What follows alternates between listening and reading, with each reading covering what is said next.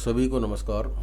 अगर आप CAPF member है और आपके पास एक्टिव किया हुआ CAPF आयुष्मान कार्ड है तो मेडिकल रीइंबर्समेंट कैसे करना है मैं इस वीडियो के दौरान आपको दिखा दूंगा।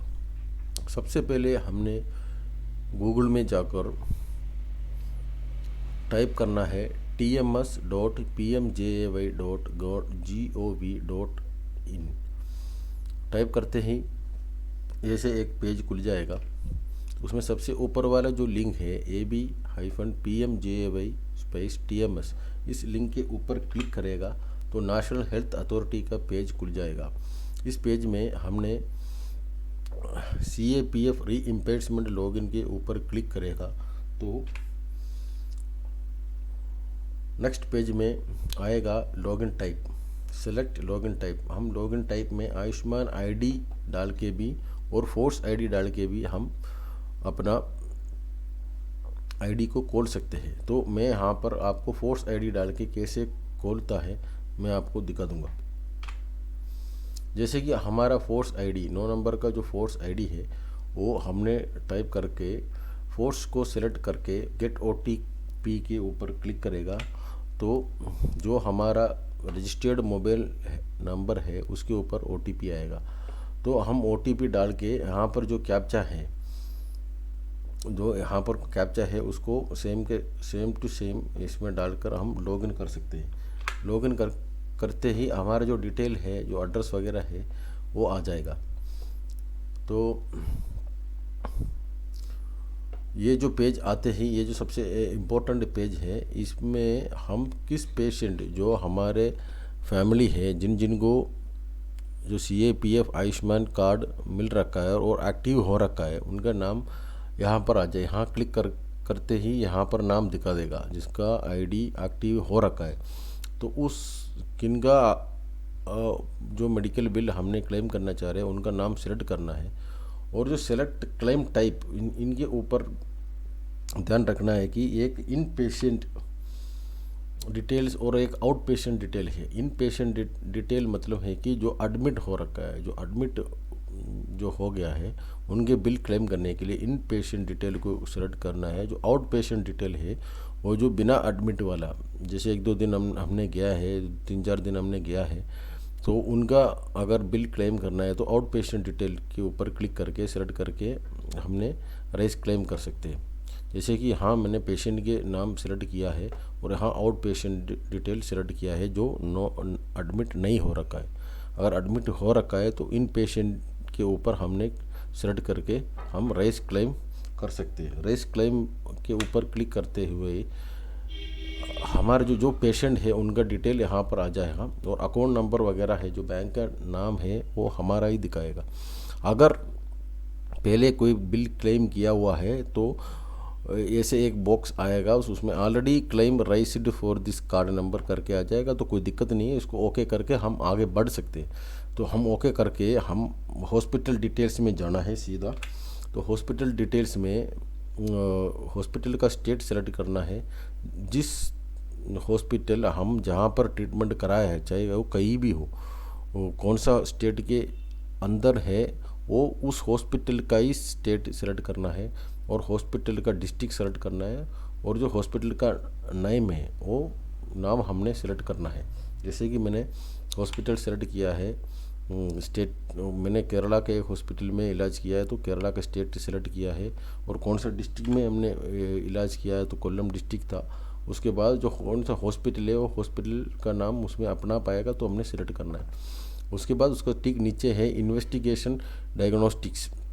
जो इन्वेस्टिगेशन मतलब कि हमने अगर कोई टेस्ट कराया है, जैसे कि एक्सरे स्कैन वगैरह कराया है, तो उसका बिल नंबर डाल के, बिल डेट डाल के हमने अपना इसके ऊपर जो सीधा अमाउंट डाल के ऐड इन्वेस्टिगेशन डायग्नोस्टिक्स करके हम ऐड कर सकते हैं।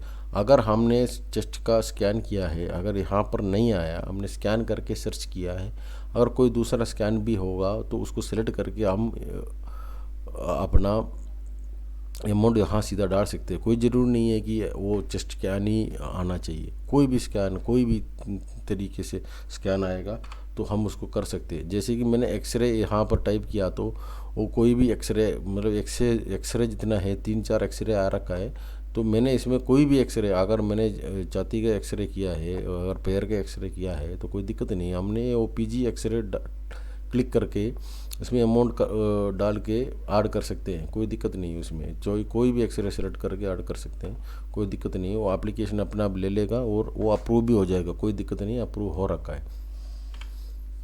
उसके बाद अगर फार्मेसी चार्जेस है, अगर आप फार्मेसी के अंदर, हॉस्पिटल का फार्मेसी के अंदर कोई दवाई लिया है तो उनका बिल नंबर यहाँ डालकर, बिल डेट डाल के, और सेम का सेम अगर हम आपके अगर दवाई का नाम कोई STOM करके कोई दवाई है या उसके आगे भी कुछ है, तो मैंने STOM करके सेलेक्ट किया है तो कुछ और आया है, कोई दिक्कत नहीं। इसको क्लिक करके हमने मेडिसिन ब्रांड भी कुछ क्लिक करके क्वांटिटी लिख के उसमें कॉस्ट डाल सकते हैं और आर्ड फार्मेसी आर कर सकते हैं, कोई दिक्कत नहीं है। इसमें क्लेम हो जाएगा, कोई दिक्कत नहीं है।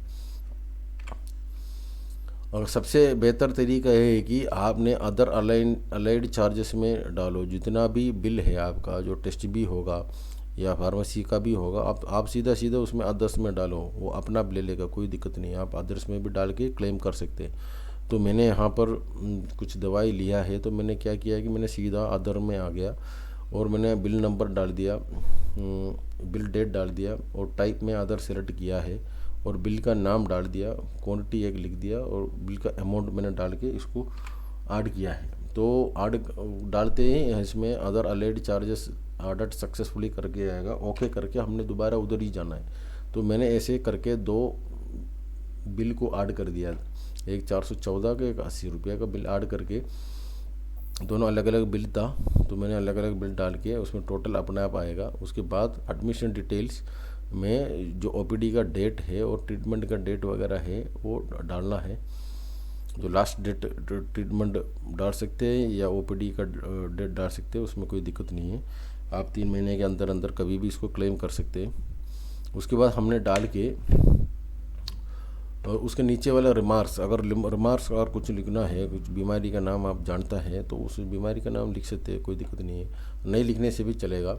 उसके बाद एक्शन टाइप में इनिशिएट क्लेम सेलेक्ट करते ही ऐड अटैचमेंट टू सबमिट करके ऑप्शन आएगा। तो इसको 4 ऑप्शन आता है, 4 जो डॉक्यूमेंट जो डाउनलोड करना है, जो अपलोड करना है, वो डॉक्यूमेंट का डिटेल यहाँ पर हमने अटैचमेंट टू सबमिट करते ही प्रोसीड के लिए मांगेगा। तो हमने ओके करते ही क्या है कि जो हमारा जो रेफरेंस है वो पूरा इसमें अपलोड करना पड़ेगा। तो इसमें 4 टाइप का रेफरेंस, 4 टाइप का जो डॉक्यूमेंट्स उन्होंने मांगता है कि एक तो हो गया रेफरेंस स्लिप, जो हमने सबसे पहले OPD से जो OPD स्लिप लिया है उसमें डॉक्टर ने क्या लिखा है और रेफरेंस स्लिप में हो जाएगा। अगर एक दिन में अगर हमने गया है हॉस्पिटल में तो एक ही स्लिप में डॉक्टर लिखेगा, रेफरेंस भी उसमें, प्रिस्क्रिप्शन भी उसमें लिखेगा, तो कोई दिक्कत नहीं है। हम रेफरेंस स्लिप का फ़ोटो खींच के PDF बना के इस कंप्यूटर में डालना है। उसके बाद जो सारे डॉक्यूमेंट्स है उसका अलग अलग डॉक्यूमेंट्स बनाने हैं। जैसे कि रेफरेंस स्लिप, अगर आपके पास OPD स्लिप है तो उसको एक फ़ोटो करके, सिर्फ ओनली उसका फ़ोटो खींच के हमने एक PDF बनाया, उसका नाम नहीं दिया रेफरेंस स्लिप और उसमें कंप्यूटर में डाल दिया पहले से ही। और प्रिस्क्रिप्शन अटैचमेंट, अगर डॉक्टर का प्रिस्क्रिप्शन है, अगर डॉक्टर रेफरेंस स्लिप के नीचे प्रिस्क्रिप्शन लिखा हुआ है तो कोई दिक्कत नहीं, दोबारा उसका फ़ोटो लेकर PDF बनाकर हम दोबारा उसमें कंप्यूटर में डाल सकते हैं। और administrative approval for self approval का एक ज़रूरत पड़ता है कि हॉस्पिटल का जो दवाई है हमने अपना पैसे से लिया है, हॉस्पिटल में अवेलेबल नहीं था इसलिए बाहर से लिया है करके एक सेल्फ अटैच का एक पेपर बना के हमने उसको अटैच कर सकते। The medicine are not available in the hospital, ऐसे करके हम साइन करके उसमें अटैच कर सकते हैं फ़ोटो खींच के, वो भी PDF बना के इसमें पहले से डालना है। इनवॉइस का मतलब है कि जो बिल है उसका फ़ोटो एक साथ हमने खींचना है। अगर 3-4 बिल है तो हम 2-2 करके हम PDF बना सकते हैं। वो बिल है उसका 2 MB से नीचे होना चाहिए साइज़। बाकी ये जो एडमिनिस्ट्रेटिव अप्रूवल है वो भी 2 MB से नीचे होना चाहिए। प्रिस्क्रिप्शन अटैचमेंट है वो भी 2 MB से नीचे होना चाहिए। और रेफरेंस स्लिप है वो सिर्फ 50 KB तक होना चाहिए, 500 KB तक होना चाहिए। तो ये ध्यान रखना है। तो मैंने यहाँ पर कोशिश किया है रेफरेंस स्लिप अपलोड करने के लिए। तो यहाँ लिखा हुआ आया कि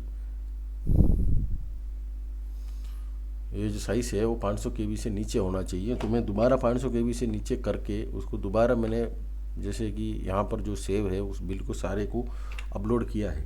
तो जो से बिल एक एक बिल अपलोड करेगा तो ये ऐसे बॉक्स आएगा कि PDF अपलोडेड करके आ जाएगा।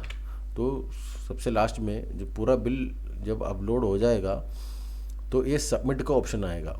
सबमिट का ऑप्शन आते ही हमने इसमें ध्यान रखना है कि जो हमने जितना कागज़ जितना डॉक्यूमेंट्स है वो पहले ही PDF बनाकर कंप्यूटर में डाल के रखना है, क्योंकि अगर ज़्यादा टाइम लेगा तो क्या है कि सिस्टम बंद हो सकते हैं। इसलिए हमने पहले से ही इसको करके सेव करके रखना है। जो रेफरेंस स्लिप है, प्रिस्क्रिप्शन है, एडमिनिस्ट्रेटिव अप्रूवल फॉर सेल्फ है और इनवॉइस पहले से ही बना के रखना है। उसके बाद सारे अपलोड करके हमने सबमिट करना है। सबमिट करते हैं, हम पूछेगा do you want to submit, तो हमने ओके करके आगे बढ़ना है। तो यहाँ पर दिखाएगा कि आपका बिल सबमिट हो गया, इनिशिएट हो गया, और मैसेज जिसका ID था, जिस पेशेंट का मोबाइल नंबर है उस मोबाइल नंबर में मैसेज चले जाएगा। उसके बाद अगर हम उसको देखना है तो हम ट्रैक क्लेम करके एक ऑप्शन है यहाँ पर। एक तो रेस क्लेम, हमने रेस क्लेम किया था, एक ट्रैक क्लेम करके ऑप्शन है, और रीइम्बर्समेंट पेंडिंग केसेस है, रीइम्बर्समेंट डिटेल केसेस है, ड्राफ्ट केसेस है। तो हमने ट्रैक क्लेम में जाके हमने जितना बिल क्लेम किया है वो सारे यहाँ देख सकते हैं। जैसे कि मैंने यहाँ पर 28/11/2022 को एक बिल क्लेम किया था 5076 रुपीज़ का। तो अभी इस जनवरी 2023 में जाके ये अप्रूव हो गया, लेकिन अभी तक अकाउंट में आया नहीं है। तो ये अप्रूव हो रखा है। सेम टू सेम जो तरीका जो आप लोगों को देखा है वही सेम टू सेम तरीके से मैंने क्लेम किया है। तो दोनों अप्रूव हो रखा है। तो इसमें कोई दिक्कत नहीं है, हम आराम से कर सकते हैं इसको।